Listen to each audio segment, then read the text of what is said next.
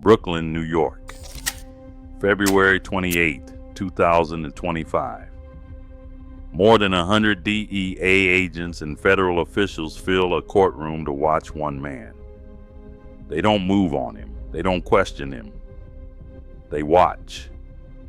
For 40 years, they had been waiting to see him here. Then U.S. Marshals bring him in. 72 years old, hands behind his back, and the handcuffs on his wrist carry the name Enrique Kiki Camarena, the DEA agent whose murder turned this man into a ghost story inside the agency. His name is Rafael Caro Quintero. They called him El Narco de Narcos. Now here's the number that gets me every single time I come back to this case. He had already been caught.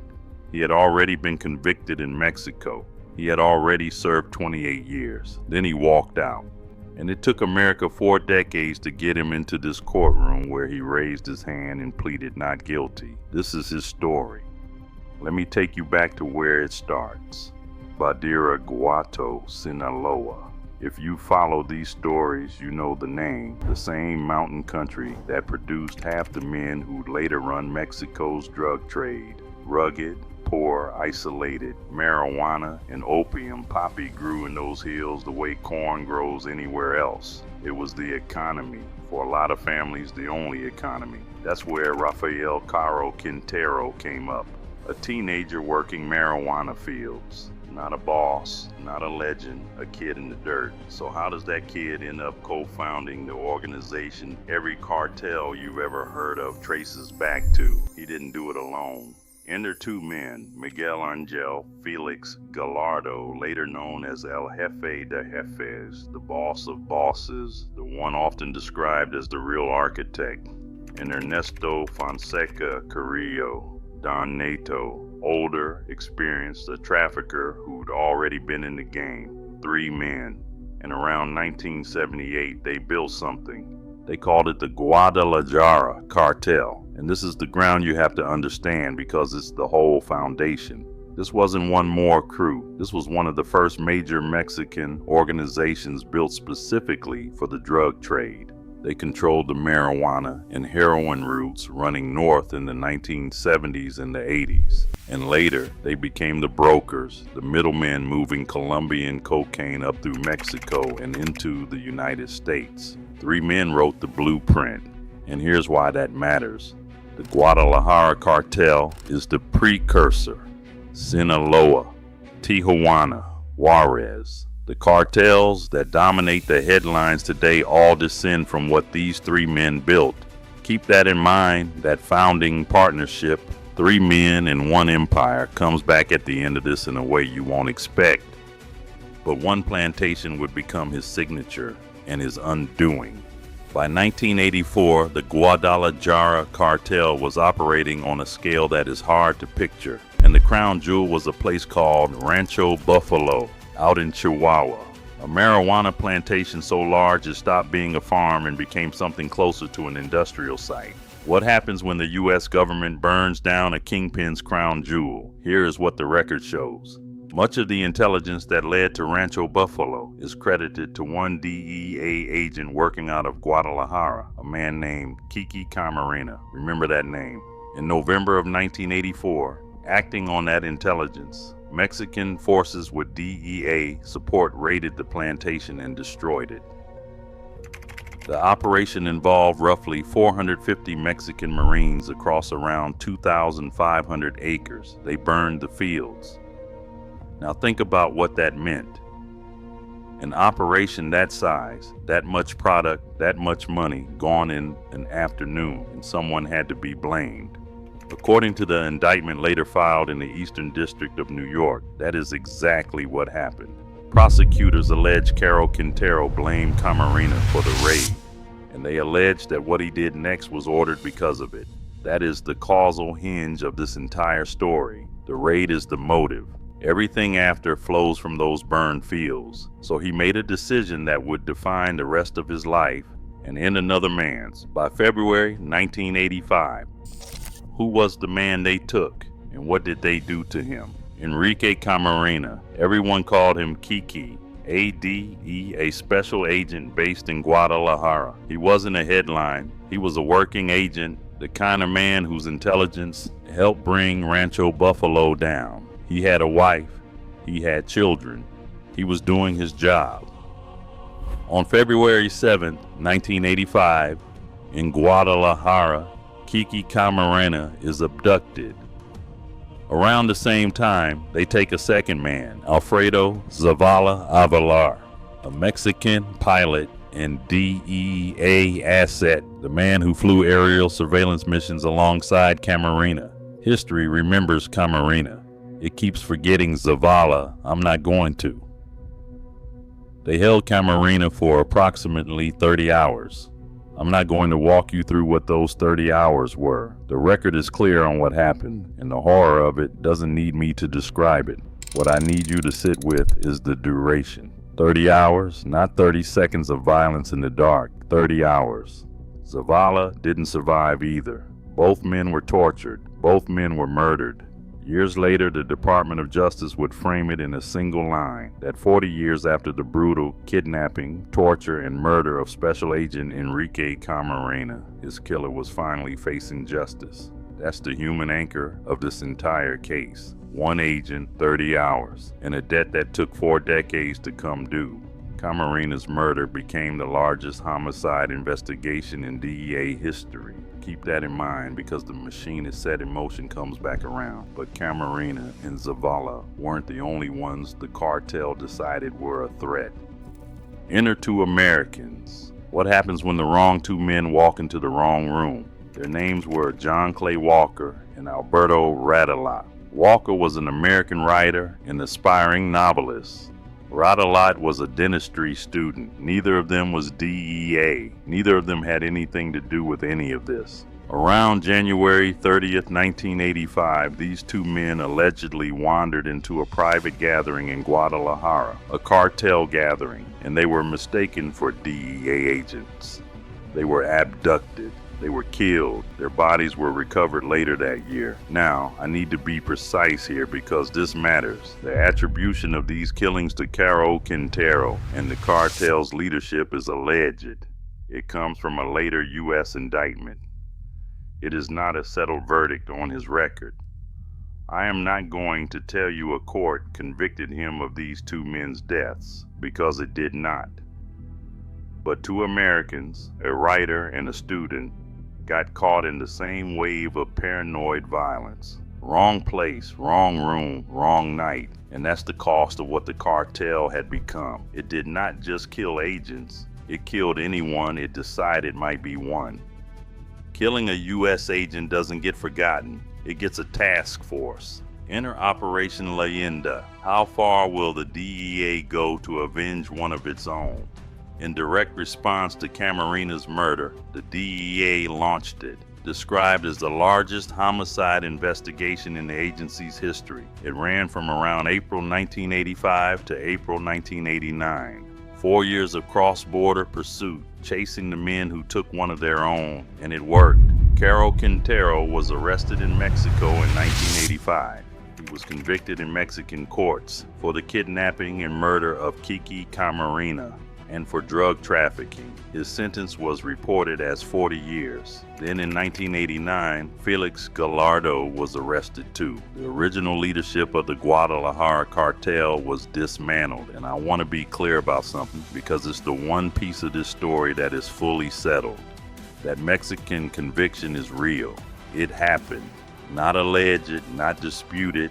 A court convicted him of the crime and handed down the sentence. So there it was. Justice. Seemingly done. The kingpin caught. The agent's killer behind bars for 40 years. He was supposed to die in a Mexican prison.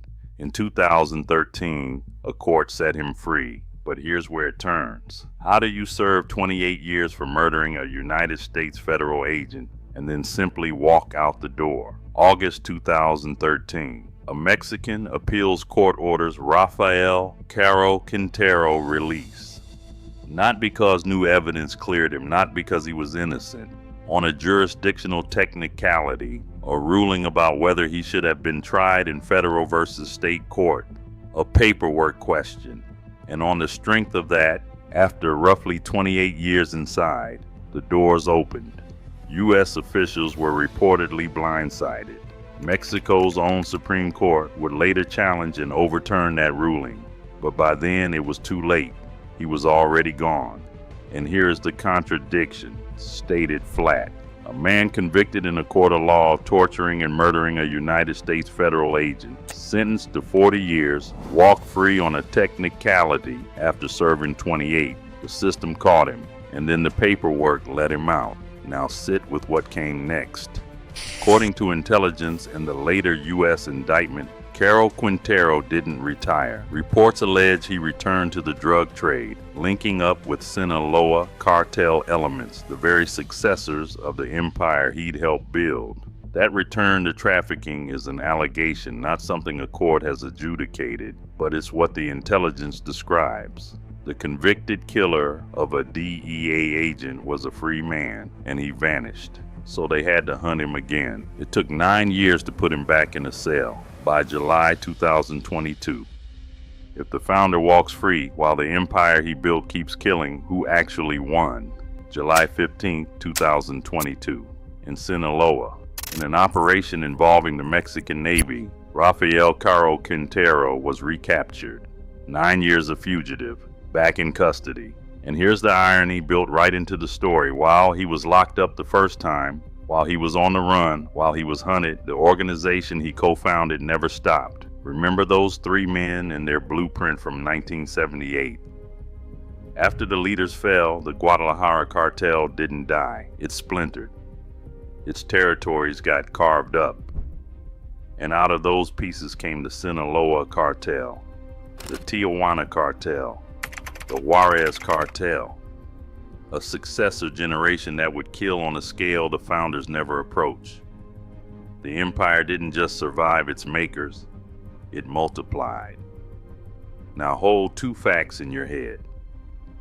The 3 men who built it. 2 of them, Caro Quintero and Fonseca Carrillo, convicted for the same murder. And watch where they end up.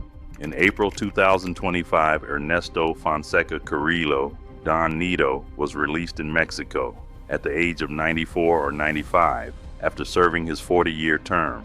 Walked free, an old man, his sentence complete. And Caro Quintero, at almost the exact same moment he was headed the other direction, extradited to the United States to face trial. 2 co-founders, same crime, same cartel, within months of each other. One released in Mexico as a very old man, the other sent north to answer for it all over again. That's what uneven cross-border justice looks like when you stand it side by side. In February 2025, after 40 years, he finally landed on U.S. soil. By February 28, 2025, after 4 decades, does American justice finally close the book, or does it stall one more time? February 2025. Caro Quintero is extradited to the United States, reportedly among 29 suspects transferred from Mexico in a single coordinated handover. He's taken to Brooklyn, and that brings us back to where we started. February 28, 2025. That packed courtroom. More than 100 DEA agents in the benches. The prosecutors from the Eastern District of New York, and a 72-year-old man pleading not guilty.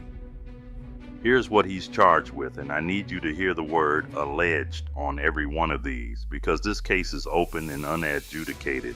The indictment charges him with 1 count of leading a continuing criminal enterprise, a CCE, which includes a murder conspiracy, 2 counts of international narcotics distribution conspiracy, and 1 count of unlawful use of firearms in furtherance of drug trafficking. The indictment alleges he ordered Camarina's 1985 kidnapping, torture, and murder after blaming him for the Rancho Buffalo raid. That's the government's case. It is not yet a verdict, and then the case does something you don't expect. In March 2025, prosecutors told the court the death penalty was, in the words used, a possibility. Assistant United States Attorney Saritha Komatereddy signaled it was on the table, pending the Attorney General's sign-off. Then it came off. On August 5th, 2025, the Department of Justice announced it would not seek the death penalty against Rafael Caro Quintero, and as of March 2026, 41 years after Kiki Camarena was taken, the parties are reportedly in PLEA discussions. The trial is tentatively set for 2027. So here's the answer to the question this whole story asked. Does justice arrive? Yes, technically. It's in a Brooklyn courtroom right now. But it arrived 40 years late, dragging behind it a release that never should have happened in a decade-long manhunt. And even now, it isn't finished. He's pleaded not guilty. The trial hasn't happened. It may resolve in a plea. It may not happen at all. So let me lay it out one more time, because the shape of it is the whole point. A man convicted of torturing and murdering a United States federal agent served 28 years, walked out on a technicality, allegedly went right back to the trade he'd helped invent, had to be hunted across a decade, and only in a Brooklyn courtroom 4 decades later did American justice finally reach him. And it still hasn't closed the book. The empire these 3 men built in 1978 outlived every attempt to cage them. One found a freed in Mexico as a 94-year-old man, another sent to face trial in New York, and the organization itself splintered into the cartels that killed more people today than the founders ever did. The men in a cell or a courtroom, the empire everywhere. But this story doesn't belong to the founders. It belongs to the man they took. Enrique Camarena, Kiki, a DEA agent doing his job in Guadalajara. And beside him, the man history keeps overshadowing, Alfredo Zavala, the pilot who flew those missions with him and died for it too. 30 hours, and then gone. More than 100 agents packed that courtroom 4 decades later because they never forgot him. That's who this was always about. So here's what I'll leave you with. 40 years, 2 continents, a courtroom full of the agents who never stopped waiting. Was that justice? Or just the last slow hustle of a system that already let him walk out the door once? And when the trial finally comes in 2027, after everything, after all of it, will it even happen at all? I don't have that answer. Neither does anyone else, yet. But the men in that Brooklyn courtroom waited 40 years to find out. The least the rest of us can do is watch.